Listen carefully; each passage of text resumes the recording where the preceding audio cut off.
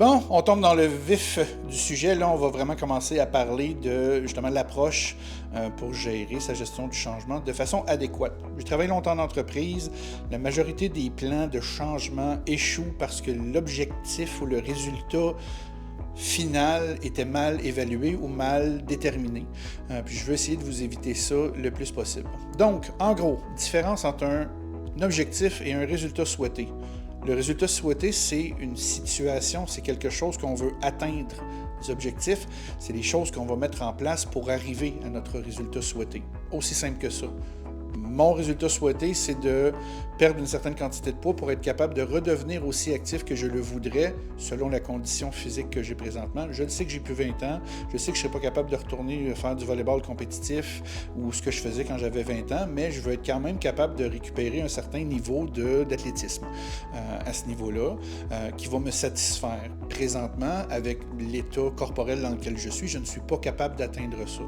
Ça, c'est ma vision à moi de la chose. J'ai un surplus de poids que je n'aime pas et qui m'empêche de vivre ce que j'ai à vivre. Il y a d'autres personnes pour qui le poids n'est pas une problématique dans leur vie. Tant mieux pour vous. Si vous êtes bien là-dedans, tant mieux. Moi, de mon côté, je sais qu'en étant plus mince, en étant moins pesant, je vais être capable d'avoir une qualité de vie qui va être beaucoup meilleure pour ce que je veux arriver à faire. Donc, mon résultat souhaité, c'est de tout simplement redevenir actif, bouger, faire de la rando, aller faire du vélo, jouer avec mon fils dehors sans me sentir épuisé, mort de fatigue, des choses comme ça, juste parce que je vais avoir bougé un petit peu. Donc, je veux récupérer cette énergie-là et c'est là que je vais me fixer des objectifs. Les objectifs, c'est des sous-étapes qu'on va faire pour arriver à ça. Donc, perdre du poids, boire de l'eau, manger sainement, c'est toutes des choses qu'on est capable de décortiquer en petits objectifs, qu'on est capable de mesurer, des choses qu'il faut faire un certain nombre de fois dans une semaine, une certaine quantité de choses qu'il faut consommer ou pas. Okay? Ça, c'est des objectifs pour atteindre le résultat en bout de ligne.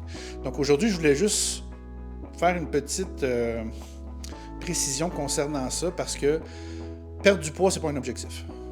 Il se passe quoi après que tu aies perdu du poids?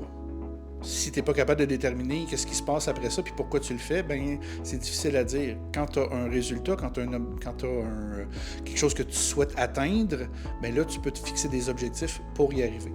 Ça peut être la même chose si quelqu'un veut s'entraîner pour un marathon, ça peut être quelqu'un veut s'entraîner pour... non, pas s'entraîner, quelqu'un veut faire une conférence dans un an, ça va tout être le même principe.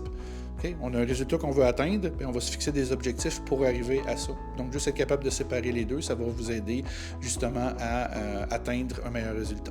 Merci, bye!